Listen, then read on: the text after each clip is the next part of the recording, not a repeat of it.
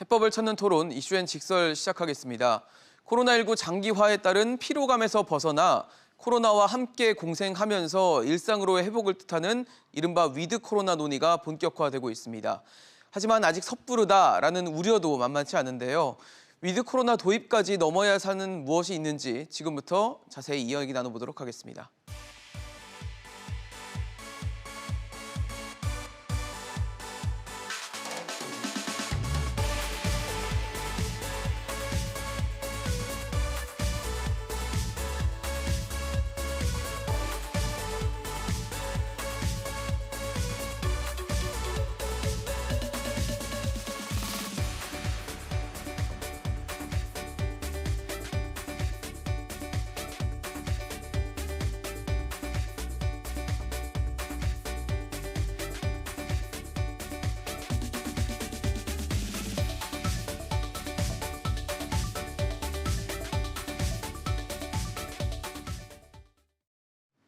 네, 오늘 함께해 주실 전문가 소개하겠습니다. 고려대 예방의학과 최재욱 교수 나오셨습니다. 어서 오십시오. 안녕하세요. 교수님, 참 지금 수도권에서도 그렇고 거리두기 단계도 최상단으로 올려놓은 상태고 계속 코로나에 대한 방역 조치 마스크도 잘 쓰고 다니는 것 같고 그런데 사실 일일 확진자 수를 봤을 때는 크게 나아진다라는 인상을 좀 받기가 좀 어려운 것 같은데 이유를 좀 어디서 찾을 수 있을까요? 네, 많은 국민들이 궁금해하실 것 같습니다. 네. 작년도처럼 많이 이제 거리두기도 강화하고 마스크도 잘 쓰는데 왜 안 줄까? 그러니까요. 연일에도 2,000명 가까운 또 혹은 넘는 숫자가 지금 벌써 2달 가까이 지속되고 있는데요. 예. 원인은 델타 변이 바이러스라는 새로운 변이 바이러스의 등장 때문에 그렇습니다. 델타 변이 바이러스는 기존에 알려진 우리 코로나 변이 바이러스보다 그 감염력이 네. 1.7배 정도 증가돼 있지 않습니까? 더 확산이 잘 된다는 말씀이시군요. 예, 전파력이 훨씬 높아졌습니다. 그러면 작년처럼 이 정도 하면은 줄었었는데, 네. 이 정도 하면 관리가 됐었는데의 그 전제 조건이 변한 거죠. 즉 작년에 이 정도 했으면 괜찮다고 하는 부분이 지금 예. 전파력이 1.7배 증가했으면 대응도 1.7배 증가해야 이게 밸런스가 균형이 맞아서 떨어뜨릴 수 있는데 더 강한 걸 해야 되는 네, 말씀이시네요. 근데 아시다시피 거리두기도 지금도 강한데 그러니까요. 여기서 2배 이렇게 증가할 수 있는 건 물리적으로나 또 기술적으로 불가능하기 때문에 지금의 상황은 이번 4차 대유행을 억눌러서 정체는 가능한 수준입니다만 네네. 감소를 내려가는 것은 역부족인 상황이 되었다. 그렇게 말씀드릴 수 있고요. 다만 좀 정부가 기대했던 거는 백신 접종을 좀 완료해가면서 백신 접종하면 결국 감염 차단 효과가 생기니까 생기니까. 그로 인한 추가적인 밸런스 효과를 기대하고 있었는데 그 부분이 지금 명확하게 효과가 드러나지 않아서 이런 정체 상태가 계속 유지되고 있는 거라고 볼 수 있습니다. 결과적으로 앞서 말씀을 주셨던 것처럼 델타 변이라는 어떤 변이 바이러스의 등장 자체가 기존의 방역 체계에서는 좀 기존의 방역 체계를 도입했을 때 먹히지 않는 그런 부분들이 생겼다라고 볼 수 있을 것 같은데 네. 사실 세계 보건기구에 보면 이제 변이 목록들이 있던데 거기 보면 최근에는 뮤 변이라는 또 새로운 변이가 나타나다 보니까 지금 말씀하신 대로 델타 변이 때문에 굉장히 지금 힘든 상황이 이어지는데 또 다른 변이가 나타나는 상황이라면 걱정을 더 해야 될 것 같다는 생각이 들거든요. 예, 그렇게 좀 걱정하시는 분들이 많은 것 같습니다. 그런데 변이 바이러스가 나왔다 그래서 모든 걸 걱정할 상황은 아닙니다. 변이 바이러스니까 알려진 수백 가지가 목록에 등재되어 있습니다. 알파, 베타, 네. 델타, 뮤 변이 위에도 수백 가지가 더 있고요. 네. 그래서 변이 바이러스가 있다고 해서 큰 걱정은 바로 할 건 아니고요. 다만 그 중에서 우세종이 되고 또 치명률이나 전파력이나 감염력이 기존 변이 바이러스에 비해서 높을 경우에 한해서 네. 관심을 갖고 대처를 해야 되겠죠. 네. 뮤 변이 바이러스에 대해서는 아직 과학적 증거가 명확하게 좀 밝혀진 부분이 좀 불충분합니다. 아직 적습니다. 없군요. 네, 다만 몇 가지 사례 보고에 의하면 네덜란드의 경우에 요양원에 좀 고령자분들이 계셨었는데 네. 접종을 다 완료하신 분들이 7분이 사망하는 사례가 갑자기 나와서 조사해 보니까 뮤 변이 바이러스로 확인이 됐습니다. 네. 그래서 그런데 그건 하나의 사례일 뿐이고요. 예. 실제 감염이나 전파력, 사망률에 어떤 영향을 미칠지 조사를 하고 있습니다만 아직은 과학적 증거 불충분하고 또 크게 다르진 않는 것 같다 정도가 지금 잠정적으로 좀 평가하는 부분이라서 너무 지나치게 걱정은 안 하셔도 될 것 같습니다. 근데 모르겠습니다. 국민들은 아무래도 좀 작은 일에도 걱정을 할 수밖에 없는 분들도 계실 것 같은데 접종 완료를 했음에도 사망을 했다는 거는 백신의 예방 효과가 상대적으로 좀 떨어질 수 있다는 얘기로 받아들여도 될지에 대해서는 한번 좀 짚어주시면 좋을 것 같거든요. 네, 그럴 가능성이 있기 때문에 이제 고려를 하는 것이고요. 네. 네, 그러나 설사 그렇다 하더라도 이 백신 접종 후에 소위 돌파 감염이라고 하는 네. 부분은 백신 접종자의 0.04% 정도밖에 안 돼서 되게 소수입니다. 낮군요. 네, 근데 워낙에 백신 접종이 수억 명, 우리나라만 그렇죠. 해도 뭐 수천만 명이 맞아야 수가 되니까 많으니까. 0.04%면 그래도 또 숫자가 좀 곱해 봐도 이제 좀 어느 정도 크기가 나오죠. 나오는 거죠. 예, 그렇지만 숫자가. 전체의 규모로 보면 작기 때문에 큰 걱정은 안 하셔도 될 것 같습니다.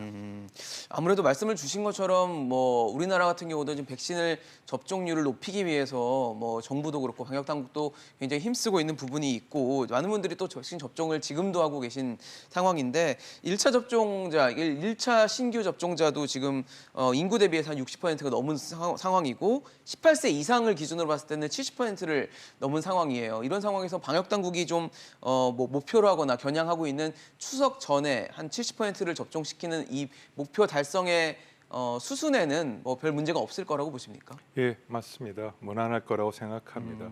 추석 전에 1차 접종자 기준으로 70% 목표 달성은 당초 달성할 거라고 보고요. 다만 이제 그 부분으로 모든 것이 해결되는 것이 아니다라는 상황은 아까 말씀드린 델타 변이 바이러스가 나왔으니까 또 상황이 달라졌습니다. 그 70% 목표는 델타 변이 바이러스 나오기 전입니다. 왜 이게 중요하게 됐냐면 델타 변이 바이러스는 1차 접종만 해서 감염 차단 효과가 과거 기초 원래 바이러스의 네. 차단 효과 많이 떨어집니다. 아, 낮아요. 네, 결국 2차까지 완료를 해야 된다 말씀이시겠네요. 맞습니다. 2차 접종까지 완료해야 이 백신 접종의 효과, 즉 감염 차단 효과나 위중증 사망 효과 같이 다 효과를 얻을 수 있기 때문에 2차 접종률을 빨리 올리는 부분이 관건이라고 이렇게 말씀드릴 수 있고요. 좀 아까 제가 잠깐 말씀드렸습니다만 백신 접종이 좀 1차 접종이 이렇게 70%까지 됐음에도 불구하고 지금 4차 대유행이 확 줄지 않는 이유 네. 중에 하나도 델타 변이 바이러스인데 그 중에서도 1차 접종만으로는 감염 차단 효과가 떨어진다는 그런 부분들이 현실화되는 거 아니냐라는 원래 우려가 현실화되고 있는 것이라 생각합니다. 사실 이렇게 말씀을 해주신 것처럼 바이러스는 계속 변이를 하고 있고 백신 접종에도 속도가 붙는 것도 한계가 좀 있다 보니까 이제 다른 나라처럼 우리도 위드 코로나를 좀 감안해야 되는 거 아니냐, 검토를 해봐야 되는 거 아니냐. 그러니까 바이러스랑 같이 살면서 공존하면서 뭔가 방역을 계속 해가는 것을 검토해야 되는 게 아니냐라고 하는데 아무래도 뭐 다른 나라 사례를 좀 지켜볼 수밖에 없는 상황이에요. 영국이나 뭐 미국 또 이스라엘 이런 곳에서 지금 위드 코로나를 하고 있는 곳을 봤을 때는 이게 효과가 있는 대책이다라고 할 만한 대책인지 좀 궁금하거든요. 네, 뭐 할 만한 대책이냐 필요성이 있냐라는 떠나서 당연히 목표는 그렇게 가야 되는 것이고요. 아, 목표 자체는요. 예, 뭐 우리가 평생 동안 이렇게 살 수 없지 그러니까요. 않습니까? 당연히 위드 코로나 혹은 뭐 좀 쉽게 얘기해서 점진적인 거리두기 회복. 완화, 네. 일상 회복 이런 부분으로 당연히 가야 되겠죠. 그렇죠. 다만 그 시기와 그걸 어떻게 빨리 할 거냐, 점진적으로 할 거냐, 전면적으로 할 거냐 이제 방법상의 문제일 겁니다.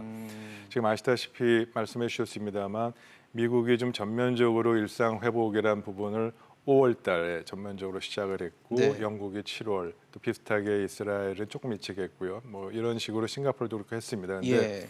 상황이 그렇게 녹록하지는 좀 않은 상황이 됐죠. 확진자들은 계속 많이 나오는 상황에서 어쨌든 막 마스크를 벗거나 이런 식의 액션이 취해지는 것 같거든요. 예, 맞습니다. 근데 원래 위드 코로나라는 예. 부분은 신규 확진자 부분은 크게 중요치 않고 더 이상 신경 쓰지 않겠다라는 것이 전제 조건 중에 하나입니다. 즉 그럼 뭐가 중요하냐? 위중증 환자와 치사율을 잘 유지해서 뭐 이미 우리가 수십 년 동안 수백 년 동안 겪어왔던 유행성 독감처럼 우리가 관리할 수 있다면 유행성 독감이라고 해서 우리가 지금처럼 사회 봉쇄하고 마스크 좀 쓰고 그러진 않았지 않았습니까? 예. 그것처럼 유행성 독감 정도로 치사율과 치명률을 관리할 수 있다면 유행성 독감이 매일 우리가 독감 환자가 100명 나왔습니다, 1000명 나와서 발표 안 하잖아요. 그렇죠. 그렇게 방식으로 가겠다는 전제 조건인데 네. 그렇게 했는데 그러면 어쩔 수 없이 그러다 보니까 신규 확진자 증가했습니다. 네. 그래서 미국의 예를 들면 지난 4주간 400만 명의 신규 확진자가 나왔고요. 네. 와, 그 많네요. 400만 명, 일주일에 100만 명씩 나왔다는 너무 거니까 많은데요? 굉장히 증가했죠. 예. 실제로 커브가 미국 같은 경우는 이렇게 내려오다가 5월 달에 내려왔었습니다. 그래서 네네. 4차 대유행에서 급격히 증가하는 이런 추세를 보이고 있고 그에 따라서 거리두기가 완화된 5월 이후로 미국에서 코로나 신규 확진이 굉장히 증가했고 사망률도 증가하고 있고 사망률도요. 네네. 그리고 이번에 이 확진자 증가하는 부분의 또 원인 중에 하나가 거리두기 완화라는 게 위드 코로나가 학교도 전면 등교잖아요. 그렇죠. 다 학교를 정상적으로 가는 것처럼. 예, 저 일주일에 100만 명씩 발생하는 환자 중에서 25만 명 정도가 18세 미만의 학생에서 시작됐습니다. 학생이에요. 근데 그 부분 사실 다 예견했던 부분입니다. 아까 제일 큰 전제 조건의 경우가 무엇이겠습니까? 신규 확진자는 중요치 않다. 네, 안 중요하다. 확진자가 설사 저렇게 증가하더라도 뭐 영국도 7월 달에 위드 코로나하면서 증가했습니다만 네네. 사망률만 관리될 수 있다면 계속 유지해 나가겠다는 게 전제 조건이어서 지금까지 영국, 미국 또 뭐 싱가포르, 이스라엘 네. 다 신규 확진자 증가는 다 했고요. 공통적으로 예. 거리두기 완화했기 때문에 치사율의 관리가 그래도 잘 유지가 됐었습니다. 그래서 꾸준히 이거에 대해서 포기하지 않고 계속 지탱 오다가 네. 최근 들어서 신규 확진자 증가하는 것 이외에 사망률까지 좀 증가를 많이 하다 보니까 점진적으로 이 부분 하던 부분을 다시 조금 거리두기를 완화하는 부분을 다시 스톱하거나 좀 유예하거나 예. 혹은 마스크를 다시 써야 되는 그런 부분을 검토하고 다시 시작했다거나 하는 그런 정책 전환을 조금은 검토하고 있는 중입니다. 사망률이 올라갔다라는 게 아무래도 위드 코로나를 할까 말까에 있어서 좀 멈칫하게 하는 부분일 것 같다는 생각이 좀 드는데 만약에 위드 코로나도 우리도 도입을 한다면 마스크를 쓰고 다녀야 되는 겁니까? 다른 나라는 뭐 축구 경기할 때도 마스크 안 쓰고 막 응원하고 이런 것들도 보이거든요. 장기적으로 최종 목표를 보면 당연히 마스크를 벗어야죠. 마스크를 벗는 사회가 결국 위드 코로나라는 것의 상징적인 의미가 되겠고요. 다만 마스크를 벗는 것은 마지막 그 사회적 거리두기 완화의 마지막 보루가 될 것이다. 그런 차원에서 표현을 좀 드리는 것이 좋을 것 같다는 생각이 들고요. 어떻게 보면 마스크를 벗는 건 최종 단계라는 말씀이시네요. 네네, 물론 그것도 이제 단계가 여러 가지가 있을 겁니다. 예, 예. 최종적으로 병원과 같은 위험한 곳은 마지막까지도 마스크 쓰는 걸 강제할 가능성이 당연히 뭐 필요하고요. 예, 예. 그렇지 않은 일상생활이나 야외 생활이나 이런 부분은 마스크 쓰는 부분은 그 전에 완화할 수 있을 거고요. 그러니까 이런 식으로 단계적으로 완화해 나가되 마스크에 대한 부분이 가장 마지막에 전면적으로 풀리는 그러한 모습이 되지 않을까 그렇게 전망하고 있습니다. 글쎄요, 참 오랫동안 1년 지금 8개월 정도 지나면서 코로나 상황 자체가 굉장히 국민들도 피로감에 젖어 있고 교수님 말씀을 들었을 때 조금 더 버텨야 되겠다라는 생각이 좀 드는데 방역 당국이 지금 현재 한 달 정도를 또 이 사회적 거리두기를 연장하기로 결정을 했고 접종 완료자를 포함해서 조금 인센티브를 제공하긴 하지만 여전히 이 방역에 대해서는 강하게 좀 조치를 하고 있는 상황인데 그럼에도 이제 뭐 카페나 식당의 연장, 식당 영업 시간 같은 걸 좀 늘리고 그다음에 뭐 접종 완료자 포함해서 인원수도 좀 늘어나는 상황들이 있는 상황에서 이제 추석이라는 또 민족 대명절이 있어요. 그래서 좀 이게 또 다른 또 모멘텀이 돼서 확진자를 또 늘리는 그런 상황이 되면은 또 그동안에 또 피로감에 젖어왔던 그 조치들이 또 공으로 되는 게 아닌가라는 생각이 좀 걱정이 좀 되거든요. 어떻게 보십니까? 예, 뭐 당연한 뭐 지적이라고 보시고요. 그런 우려 현실적으로 나타날 가능성이 높습니다. 그러나 이제 큰 틀에서 이 점을 꼭 말씀드리고 싶은데요. 네. 결국 언젠가는 우리도 위드 코로나로 가는 것이 목표이자 또 그렇게 가야 되는 거 아니겠습니까? 네. 그러면 확진자 숫자 증가에는 결국 크게 의미를 두지 않는 쪽으로 결국 가게 될 겁니다. 다만 그 과정에 있어서 이런 사회적 거리두기를 완화하는 이 뭐 과정도 좀 있고요. 뭐 아시다시피 지금 다음 달 3일까지 사적 모임을 예방 접종 맞으신 분에 한해서 뭐 4명이 6명 네, 되고 6명이 인센티브가 8명 있지만. 되고 인센티브도 있고 예.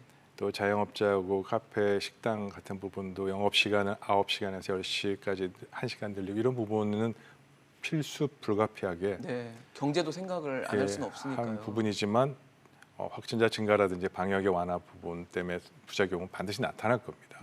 지금 그 부분을 통제할 수 있는 유일한 방법이 백신 예방 접종, 2차 접종을 완료하는 것이 되겠습니다. 그래서 그 부분을 통해서 혹여라도 그런 거리두기 완화를 통해서 증가될 수 있는 확진자 숫자를 백신 접종을 통해서 줄이는 이 부분이 첫 번째 관건이고요. 네. 두 번째로는 근본적으로 좀 국민 여러분께 이 방역 당국이 우리가 어차피 가야 될 부분은 거리두기 완화해서 확진자 숫자 더 이상 증가하지 전혀 확진자 숫자에 크게 의미를 두지 않는 걸 우리가 가는 과정에 있습니다. 네네. 우리는 사망률과 치사율 관리를 잘 하고 있으면은 확진 증가에도 큰 걱정 없습니다라는 메시지를 한 번쯤은 정확하게 던져줘야 예측 가능한 사회가 되고 네. 국민들도 이게 어떤 의미인지 정확하게 이해할 수 있을 그렇죠. 거라는 부분에서 그런 메시지 구성과 큰 흐름은 정확히 한번 전달해 드리는 것이 국민들이 이해를 구하는 방법이 아닐까 싶습니다. 방역 당국의 역할이겠네요. 알겠습니다. 오늘 코로나 상황에서 위드 코로나를 검토하고 있는 상황 그리고 위드 코로나가 어떤 영향을 줄지에 대해서 최재욱 교수와 자세히 짚어봤습니다. 오늘 말씀 고맙습니다.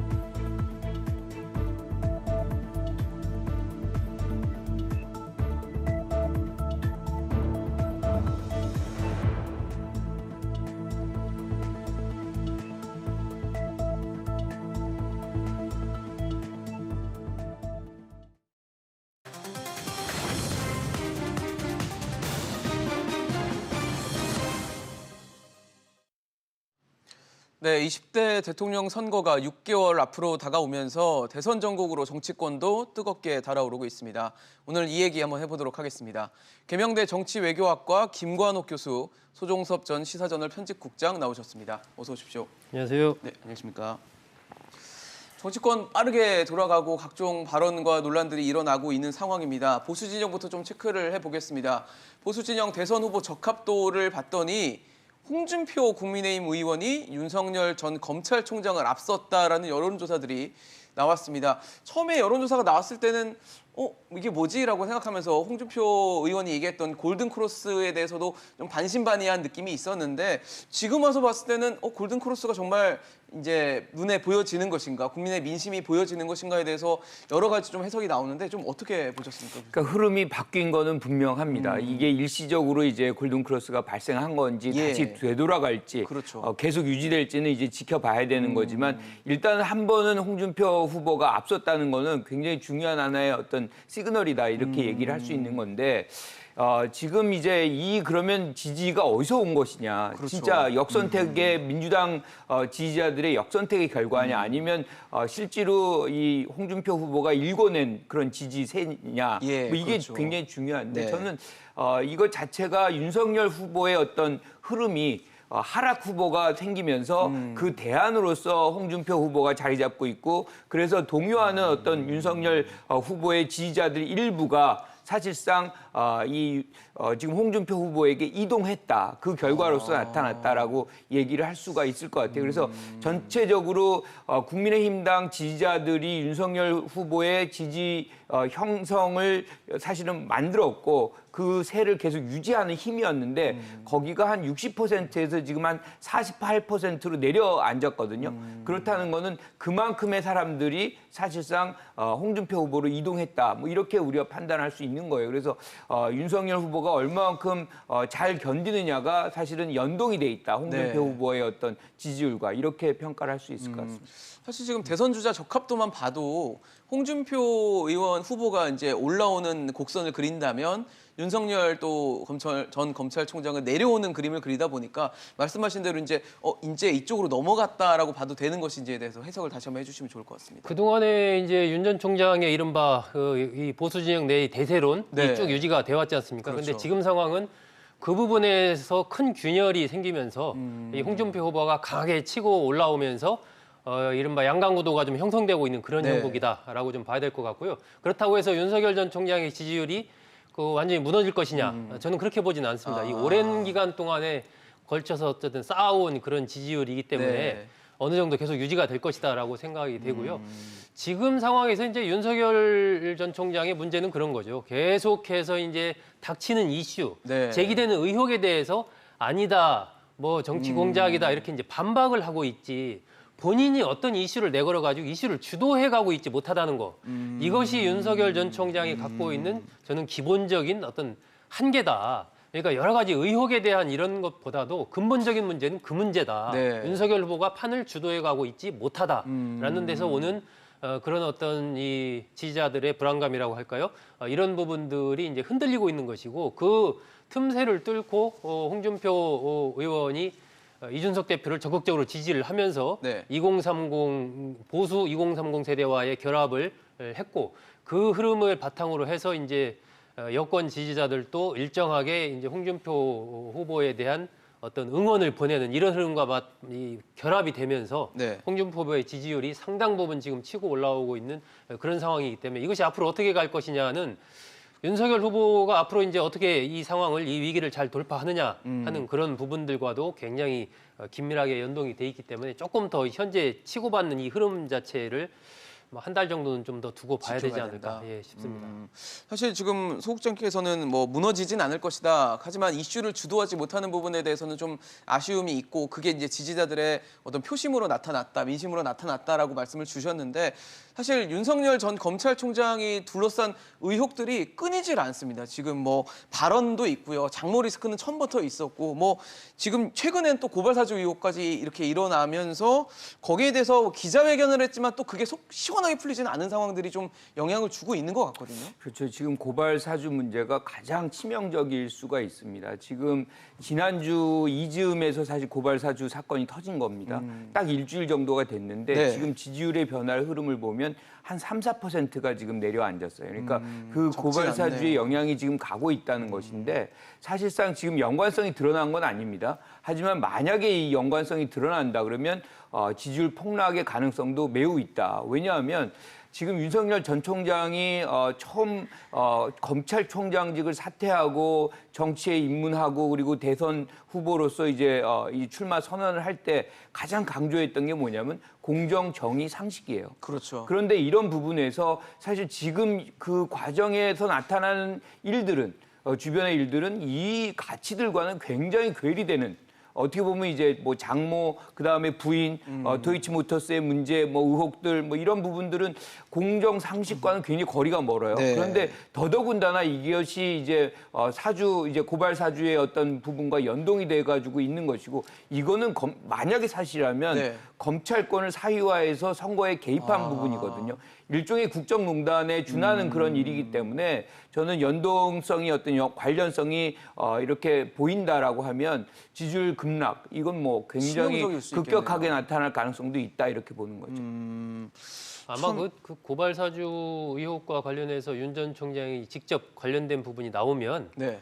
저는 뭐 지지율 급락이 문제가 아니고 대선 후보에서 사퇴해야 될 겁니다. 근데 어쨌든 현재까지 윤 전 총장의 태도나 강하게 지금 부인을 하고 있지 않습니까? 네. 그리고 여러 가지 당시의 상황 이런 것들을 종합해 봤을 때 과연 윤 전 총장이 직접 개입을 했을까에 대해서는 뭐 전혀 지금 나온 바가 없고 없죠. 그렇기 네. 때문에 그 부분은 좀 신중하게 봐야 되는 것이고 지금 이 손준성 정책관이 이 김웅 의원에게 실제로 그걸 보냈는지 네. 이 부분도 사실은 전혀 검증된 바가 없거든요. 그러니까요. 본인은 부인을 하고 있고 어쨌든 뉴스버스의 보도를 통해서 손준성, 김웅, 미래통합당으로 연결되는 이런 고리가 작동하지 않겠느냐라는 네. 의혹이 제기된 상황이기 때문에 이 부분은 지금 대검에서 감찰을 하고 있고 조만간 또 수사로 전환될 가능성이 크다라고 하니까 그 결과가 좀 나와야 판단이 좀 가능하지 않을까. 현재로서는 너무 의혹 단계에서만 그걸 가정해서 예. 뭐 이렇게 얘기를 하고 하는 부분은 좀 적절치는 않은 것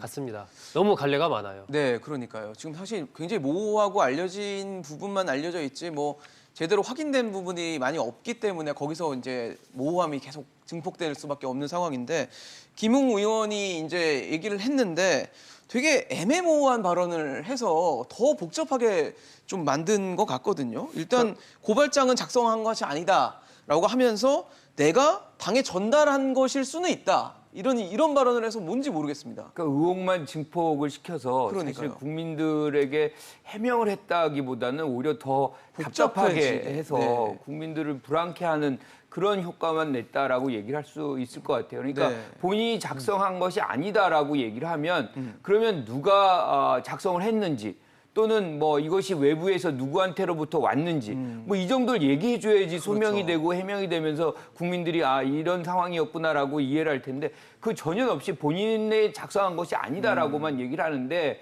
지금 상황은 달리 전개되고 있어요. 왜냐하면 지금 8월 달에 고발장을 작성한 변호사는 이것을 당으로부터 초안을 당으로부터 받았다라고 분명히 얘기를 했어요. 그러니까 정점식 의원이 그 전까지는 여기에 난 잘 모르겠다라고 했는데 어제는 내가 초안을 보냈다라고 얘기를 합니다. 네. 그러면 이 초안이 어디서 났는지를 물어봐야 되는데 그렇죠. 그거에 대해서는 얘기를 또 안 해요. 그러면 이게 뭐 하늘에서 떨어진 것도 아니고 그러니까요. 작성한 사람이 뭐 지금 안 누군가는 나타나고 있을 텐데. 그러면 지금 이준석 대표가 해야 되는 일은 뭐냐면 당에서 분명히 어떤 초안을 갖고 작성을 했다 그러면 초안이 어디서 왔는지 작성자가 누군지 만약에 당내에서 작성자가 없다 그러면 이것이 외부에서 누구로부터 왔고 수정자가 누군지 네. 저는 이 부분에 분명히 김웅 의원의 어떤 역할이 있을 수 있다는 그런 생각이 들어요. 그렇다 그러면 지금 이 장면에서 이준석 대표하고 여기 관련자들을 한번 다시 모여서 네. 이거를 정리해야지 그냥 아무 일 없었던 듯이 갈 수 있는 부분이 아니거든요. 그러니까요. 당내 거는 당내 역할을 이제 부분에서 소명을 하고 여기서 그럼 외부에서 왔다. 그러면 이제 그것이 어디서 왔느냐는 것은 또 다른 문제거든요. 그러니까 그것이 지금 뭐 뉴스버스에서는 이제 손준성 검사한테서 왔다고 얘기하는 거지 않습니까? 그러면 이제 그걸 밝혀지면 사실상 이것이 일종의 이제 청탁 고발이 실행이 됐다. 왜냐하면 4월 달에 이 고발장이 만들어진 거지만 8월 달에 거의 같은 내용으로 고발이 돼요. 네. 그거는 이게 이 초안이 사용이 됐다 그러면 결과적으로는 이 고발이 실행이 됐다는. 그러니까 만약에 외부에서 왔다 그러면 이것이 확인된다 그러면 청탁 고발이 사실상 실행됐다라고 볼 수 있는 성립할 거죠. 수도 있는. 그렇죠. 굉장히 사실 치명적일 수 있는 사안인데 국민의힘에서는 사실 뭐 각자 얘기만 할 뿐이지 정리를 해주고 있지 않은 상황에서 제보자라고 주장하는 사람이 또 언론에 인터뷰를 하면서 또 얘기가 또 다르게 국면으로 접어들고 있거든요. 그러니까 이게 참 뭐 사방에서 이제 막 이 폭탄이 터지고 있는 그러니까요. 상황이죠. 국민의힘에서는 그동안에 사실 당에 공식 접수되지는 않았다라고 이준석 대표가 얘기를 했는데 엊그제 MBC 보도에 따르면은 어쨌든 당에서 준 초안 그걸 받고 그 법률 담당 변호사가 작성해서 8월 달에 최강욱 대표를 고발을 했단 말이에요. 그럼 실제로 당에서 고발한 고발장과 당에서 이 변호사한테 줬다는 초안과 네. 지금 뉴스버스가 보도한 이제 내용과. 김웅 의원 거쳐서 갔다는 그 고발장 초안과 요 세 가지를 이렇게 비교한 그렇죠. 이런 보도들을 보면은 상당히 어쨌든 세 가지가 유사한 부분이 많다 이렇게 얘기를 하고 있기 때문에 이 정점식 의원이 이 줬다는 그 고발장이 이 최초의 지금 뉴스버스 보도와 같은 것인지 네. 다르다면 외부에서 받았다면 외부 어디에서 받은 것인지 여러 가지 이런 부분들에 대해서 이제 국민의힘 자체가 네. 왜 그러냐면 정정식 의원이 당시에 법률 지원 단장이었거든요. 그렇기 때문에 국민의힘 자체가 관련된 상황으로 이미 된 거죠. 네, 네. 그렇기 때문에 그 안에서의 어떤 일이 일어났는지에 대해서 이준석 대표가 빨리 파악을 좀 해야 될 것 같고 공명선거 추진단을 구성했지 않습니까? 네. 그래서 아마 거기서 빠르게 좀 진상조사를 진행을 할 것으로 보이기 때문에 이 사건은 뭐 이제 윤석열 후보의 개인 문제를 넘어서서 네. 국민의힘의 문제가 된 그러니까요. 것이죠. 예, 그렇기 때문에 이준석 대표도 상당히 이 비상한 각오로 이 문제를 좀 봐야 될 것 같고 네. 이 제보자가 언론에 등장해서 내가 제보자다 얘기를 했지 않습니까? 그러면서 그렇죠. 어쨌든 김웅 의원이 서울지검 말고 대검에 이걸 고발을 해라라고 얘기를 했다라고 제보자라고 주장하는 분이 직접 예, 얘기를 한 했어요. 거죠. 근데 그것을 이제 입증할 수 있는 물증이 있는지는 모르겠는데 네. 어쨌든 그 말이 진실이라고 믿으면 이번 사건과 관련해서 김웅 의원이 상당 부분 많은 걸 알고 있음에도 지금 본인은 기억나지 않는다라는 거 아닙니까? 네. 기억나지 않는다라고 하면서도 그게 그 뉴스버스 보도가 거짓이 아니라면 내가 자료를 미래통합당으로 줬을 수도 있다.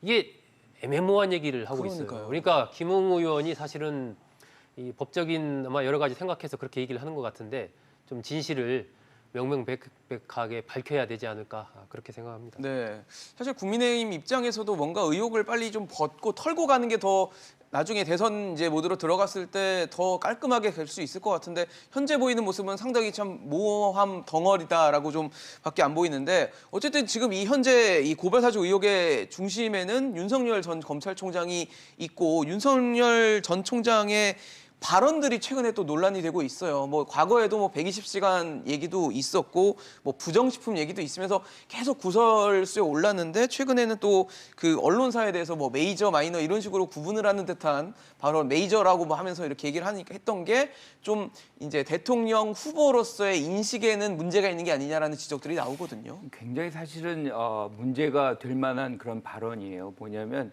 엘리트 의식이 굉장히 강하다. 그러니까 예컨대 이제 언론도 굉장히 중요한 언론사들 우리가 익히 아는 그런 언론사들 외에는 신뢰를 지금 안 하고 있다는 그런 식으로 해석할 수 있는 그런 얘기들을 지금 어제 한 거거든요. 특정 언론사를 거론하기도 그렇죠. 했습니다. 그러니까 실제로. 인터넷 매체다라고 얘기를 하고 거기에 대해서는 그 신뢰성을 그만큼 안 두니까 다른 지금 우리가 얘기하는 뭐 중요한 어떤 언론사가 네. 그걸 받아서 한다 그러면 내가 그걸 받아들이겠다. 뭐 이런 식의 얘기라는 것은 지금의 어떤 시대 흐름을 전혀 받아들이지 못하고 있는 것 같아요. 지금은 정보통신이 완전히 열려가지고 그렇죠. 1인 미디어가 마구 발생하고 지금 인터넷 매체만 해도 1000개가 넘어가거든요. 중요한 것은 누가 이런 문제 제기를 했느냐가 저는 중요하다고 생각하지 않습니다. 여기에서 진위가 중요한 거죠. 그것을 사건을 얘기한 부분에서의 어떤 진실이 중요한 것이지 여기서 뭐 메이저 신문사가 또는 메이저 방송이 얘기하면 그건 맞는 거고 아니다. 이것은 이런 식의 어떤 인식 체계라 그러면 만약에 이제 이분이 대통령이 된다. 윤석열 전 총장이 대통령이 된다면 차별적인 어떤 인식 체계가 이런 언론사라든가 뭐 이런 부분에 많이 적용될 가능성이 있고 그런 우려를 사실 언론들은 가질 수밖에 없는 그렇죠, 거예요. 그렇죠. 저는 이 부분에 관해서는 조금 뭔가 해명을 좀 더 정식으로 윤석열 후보가 하지 않는 한은 지속적으로 이거는 후보 과정 속에서 질문을 받을 수밖에 없고 옹색한 처지에 놓일 수밖에 없다. 그래서 이 부분을 오히려 털고 가야 된다. 저는 이렇게 생각합니다. 네, 아무래도 말실수라고 그냥 치부하기에는 뭐 몇 번의 계속 발언들이 나오다 보니까 국민들도 윤석열 후보를 바라보는 시선이 그렇게 곱지는 않을 수 있을 것 같거든요. 그것이 이제 아까 제가 말씀드린 어떤 이슈를 주도하지 못하고 네, 오히려 끌려다니는. 이슈를 만들어내고 거기에 해명에 급급한 그리고 상대방이 제기하는 의혹을 방어하기에 급급한 이것이 이제 최근 한 2달 동안에 윤석열 후보가 후보의. 국민들한테 보여줬던 모습이거든요. 지지율이 당연히 떨어져야 돼요. 그런 상황이면 안 떨어지는 게 이상한 거죠. 논란만 계속 있거든요. 예, 계속 그렇게 해왔기 그리고 때문에. 항변만 하고 있고 계속. 그리고 이것이 이제 한 번 어쩌다가 실수를 하면 그것이 실수라고 이제 국민들이 받아들이지만 계속해서 여러 가지 부분에서의 뭐 노동 부분 마찬가지고 언론 부분 마찬가지고 뭐 원전 관련해서 마찬가지고 예. 여러 가지 부분에서의 실수를 하게 되면 그것이 네. 실수가 아니고 원래 윤석열이라는 인물이 저런 인식을 가지고 있구나라고 굳어지게 되는 것이거든요. 지금 이제 그런 단계까지 온 거예요. 그래서 네. 그런 부분들이 이제 윤석열 위기의 본질이다라고 제가 말씀을 드리는 거고 이번 같은 경우도 어쨌든 윤석열 후보가 이야기하고자 했던 핵심은 어쨌든 나는 이번 사건과 관련이 없다. 나에 대한 공세는 정치 공세다. 이 얘기를 이제 강하게 하고 싶은 건데 예. 그 얘기는 알겠는데 네. 그 국민을 상대로 한 기자회견에서 그렇게 어떤 감정의 그 격앙됨을 그대로 표출을 하고 언론에 대한 인식을 그렇게 드러냈다는 드러낸 것 자체가. 이런 부분들에 대해서는 뭐 할 말이 없는 거죠. 그 부분에 대해서는 비판을 받아도 할 말이 없는 것이고 단지 이제 본인이 하고 싶어했던 그 얘기 나는 관련 없다. 이 부분에 대한 어떤 강한 인식 같은 것들은 좀 국민들한테 어느 정도 심어줬을 것 같은데 그 부분이 이제 얼마나 효과가 있을지는 앞으로 이제 드러나는 여러 가지 수사 결과라든지 이런 것과 같이 연동해서 좀 봐야 될 것 같습니다. 많은 분들이 이렇게 말 실수들이 나오다 보니까 그런 좀 넘겨짚을 수도 있지만 좀 정해진 원고는 소화하지만 그러지 않은 것에 대해서는 되게 대처 능력이 좀 떨어진다 이런 얘기들도 나오거든요. 어제 사실은 언론의 편향성, 언론에 대한 어떤 편향적인 인식, 예. 뭐이 부분도 굉장히 사실은 문제가 되는 거지만 그 인터뷰를 하는 태도 굉장히 흥분합니다. 그리고 거기서 뭐 치사하다, 뭐 사기친다, 뭐 상당히 우리가 쓰지 표현 않는 자체가. 그런 어떤 격한 단어들을 써요. 그리고 국민들 앞에서 이렇게 하는 인터뷰라는 거는 그 본인은 이제 그 부분에 대해서 뭐 여당 사람이라든가 뭐 언론한테 얘기한다고 생각하지만 지금 대통령 후보로서 얘기를 하고 있기 때문에 국민들이 그 정확하게 그 장면을 보고 있어요. 그러면 그것이 국민한테 하는 거나 똑같은 효과입니다. 그렇죠. 그러면 그런 어떤 거친 언사, 거친 태도, 흥분하는 모습 이거는 국민한테 보이는 거나 마찬가지예요. 그래서 이거는 어떤 형태로든 예컨대 대통령 후보로서 모든 측면에서 검증받아야 되는 후보라는 사람이 해서는 안 되는 어떤 태도였다. 굉장히 부적절한 태도였다는 말씀을 그 부분을 지적하고 싶습니다. 네. 이게 한편에서 보면 예. 약간 이제 그 이른바 윤석열 스타일이거든요. 그런 네, 부분들이. 네. 그래서 저도 이제 얘기를 들어보면은 사석에서 만나거나 기타 이렇게 하면 굉장히 또 장점이 있는 거예요. 그런 달변에다가 진솔하고 막 네. 얘기를 다소 투박할 수는 있어도 예, 그런 부분들이 그냥 그것을 본인의 장점을 살리지를 못하고 지금 오히려 초조하고 그리고 막 불안한, 어떤 예, 네. 이 감정의 속에서 이게 아닌데 하는 생각이 앞서다 보니까 막 이런 부분들이 기자회견에서 그렇게 이제 표출이 되고 예, 그만큼 어떻게 보면은 이 자기 절제력이나 네. 아직 정치의 문법, 네. 정치 근육이 아직 발달하거나 발달을 안 표현되지 된- 않았다. 예, 그렇게 볼 수도 있을 것 같아요. 그래서 이런 부분들은 어쨌든 윤석열 후보 캠프나 윤석열 후보 측에서 조금 더 여유를 갖고 어떤 자신들이 주도할 수 있는 이슈 네, 이런 것들을 안전하겠죠. 과감하게 던져가면서 그 장점을 살리면서 돌파해가는 이러한 새로운 어떤 전략이 좀 필요한 시점이 아닌가 생각합니다. 네. 이번에 민주당 얘기도 좀 해볼게요. 참 뭐 갑작스러운 얘기가 들려왔던 게 민주당 이낙연 대선 그러니까 경선 후보가 의원직을 사퇴하겠다라고 초강수를 던졌습니다. 이제 충청에서의 선거 결과, 투표 결과를 받아보고 나서 아주 심각하게 차이가 좀 나다 보니까 뭐 이런 선택을 했다라는 해석들이 나오는데 어떻게 될까 궁금했는데 아예 방을 비웠습니다. 의원회관에 있는 방을 치우는 사진들이 계속 언론을 통해서 보도되고 방을 비웠다는 게 알려지면서 사퇴로 가는 것인가에 대해서도 많은 분들이 궁금해하시거든요. 근데 방을 비운다고 사퇴 처리가 되지는 않아요. 그렇죠. 그렇죠. 왜냐하면 이제 이 절차가 있습니다. 네. 국회의원이 사퇴가 되려면 국회를 또 의장이 이제 네. 사실상 그거를 허용을 하거나 아니면 이제 표결 처리해가지고 하거나 이 두 가지 방법 외에는 없어요. 그렇죠. 근데 지금 이 상황에서 아마 이낙연 의원을 이제 지금 상황 의원으로만 이제 우리가 얘기를 하면 예. 사퇴 처리해줄 가능성이 매우 적거든요. 그러면 왜 이낙연 후보가 이렇게 의원직까지 이제 버리느냐? 그러니까 지금 말씀하신 대로 충청 순회 경선에서의 결과가 굉장히 사실 어떻게 보면 본인이 받아들이기 어려울 정도로 격차가 있었던 거예요. 예. 이거를 만회할 수 있는 유일한 길은 사실 호남 순회 경선인데 그렇죠. 호남 순회 경선 바로 앞서서 이제 내일 모레 1차 이제 슈퍼위기라고 할 수 있는 그렇죠. 64만 명이 참여하는 선거인단이 투표를 합니다.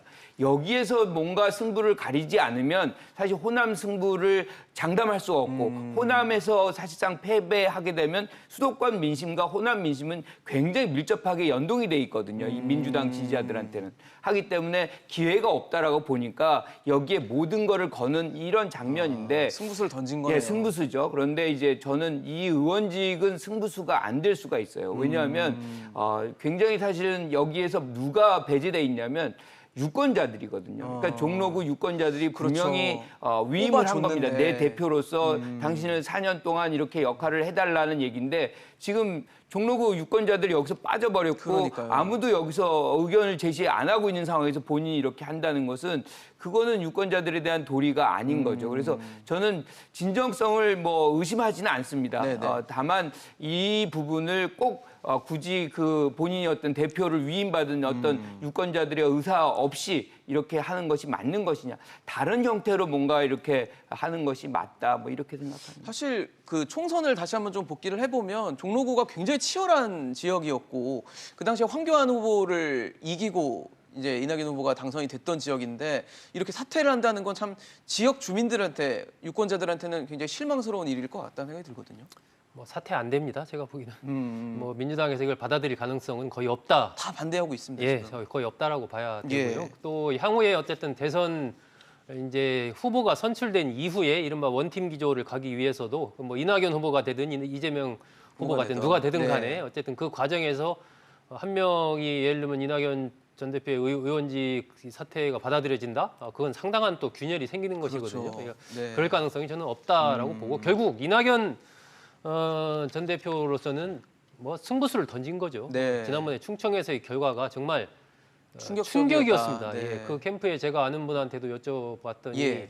자신들이 예상했던 것 이상으로 훨씬 크게 표차가 나가지고 정말 놀랐다. 멘붕에 빠진 거죠, 예, 소위 말하는. 그런 상황이에요. 네. 그러다 보니까 어쨌든 전략에서의 변화를 줘야 되고 그냥 어느 정도 전략의 변화 가지고는 안 되고 뭔가 좀 일종의 충격요법이 필요한 네. 거죠. 충격요법 쓸 수 있는 카드 이렇게 보면은 의원직 사퇴 네. 뽑아든 겁니다. 그래서 결국은 그것이 이제 9월 25, 26 호남 경선을 본격적으로 겨눈 것이고 이번 주에 1차 슈퍼위크 때도 어느 정도 어쨌든 그 효과를 노린 것이기 때문에 이왕 할 거면은 빠르게 전격적으로 하자. 그리고 후보의 결단으로 하자. 이렇게 돼서 이제 진행이 된 것으로 저는 뭐 그렇게 보기 때문에 네. 근데 이것이 대구, 경북, 강원 이번 주 그리고 슈퍼위크의 결과에 어느 정도 영향을 줄 것인가? 그렇죠.